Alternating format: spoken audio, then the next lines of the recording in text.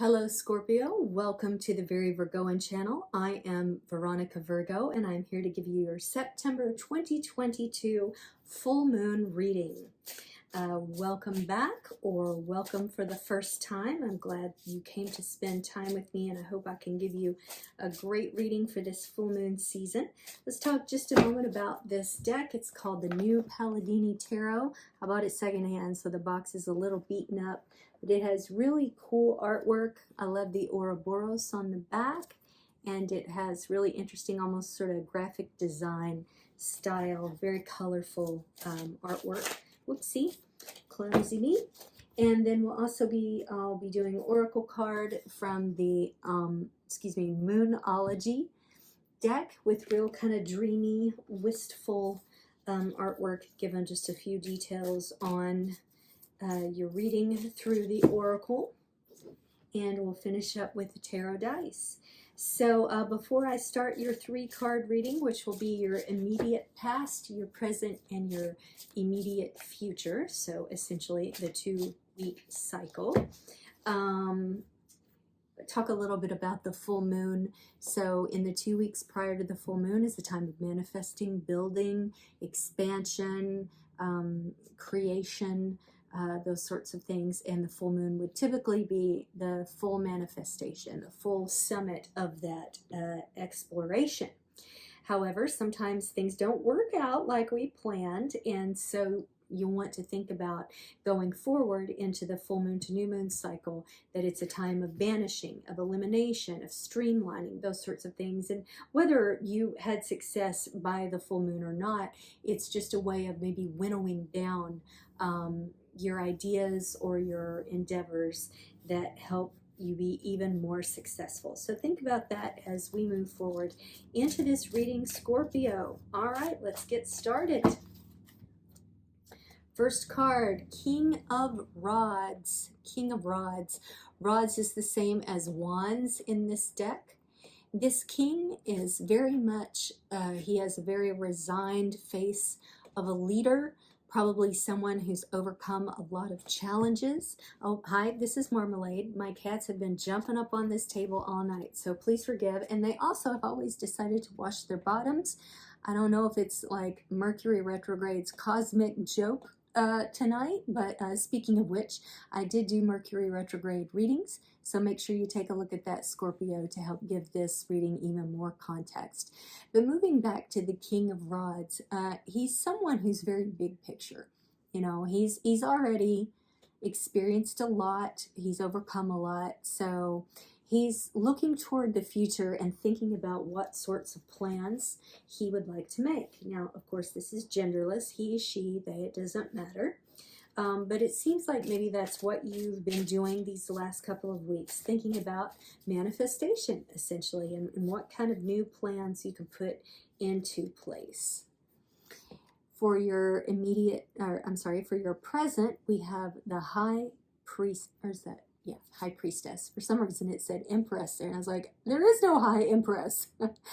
The High Priestess represents intuition, essentially, sort of a divine wisdom, if you will, or the unconscious. And you can see this is a person who's gathered quite a bit of renown.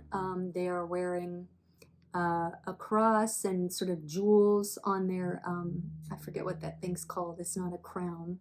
Diadem, I think maybe, you know, and has these like scrolls of knowledge and everything. So, you know, you're coming into your own as someone who possesses a lot of internal wisdom and knowledge, intuition, that sort of thing. So you're going to be using that moving forward. I'm sorry, I know you can't see anything because of the cattail. You're going to be using that moving forward into the next 2 weeks. I don't know if this is about a career or maybe a move forward in your life, whether a physical move or some sort of shift or change, but you're headed in the right direction, Scorpio. You really are. So let's move forward here. The World. Wow. The World is the culmination of all the other cards in the tarot deck. It's a fire card. It's Saturn, which is about big picture as well. You know, we already said King of Rods, big picture, right? So it's framing your experience over these next 2 weeks, Scorpio. Whatever you're doing, whatever act of creation you're thinking about over these next 2 weeks is going to come to its fruition. Sorry about all the cat. It's a feeling of completion. And although, you know, full moon to new moon is, like I said, more a time of winnowing down, maybe through that process will bring you to the completion of a project you're working on or some sort of big idea. Now, Scorpio, do take a look at your Mercury retrograde reading that I did to kind of give this more context, because you don't want to necessarily launch a product during this time, during the 3-week cycle. But when you do, it's going to be pretty amazing. And actually, I'm kind of thinking maybe you might be an exception here. Maybe you should launch it, because we're talking about a 2-week cycle of the moon and a 3-week cycle of Mercury retrograde. I guess what I would say is whatever plans you're making, just make sure that you have literal steps written down. Ow, my cat is biting me. Literal steps written down of how you want this to go, whether it's in career, some sort of project, love, whatever it may be. Just make sure you have a clear plan, because you're promised harmony, you're promised completion, you're promised the world. So you want to make sure that you've crossed all your T's and dotted all your I's, but manifest it with that tuition gift that you have. All right, let's see what your Moonology has to say, Scorpio. Oh, nothing will come of this situation. What? Okay, let me think about this. Okay, I'm going to roll the dice for you a little prematurely, because I want to get some more intel on this, because I'm very puzzled. Okay, we have the Sun. We have Scorpio, which is you, of course. And we have the 4. Okay, so the King of Rods here is the Sun. The Sun card is the card of power, you know, overarching, big personality, what we see up front. And Marmalade's just going to take it off the table for us, so I guess that's fine. I swear, these cats, Mercury retrograde is definitely affecting my ability to do a proper reading for you folks, because these cats are out of control. The Scorpio die is pointing to the inner intuition. You know, it's just a confirmation from both of these that you're on the right path. So when I look at the 4 and I see nothing will come of this situation, and I was doing all that waffling about, well, maybe you should pull the trigger, maybe you should go ahead and do it in the Mercury retrograde, it is saying, do not do that.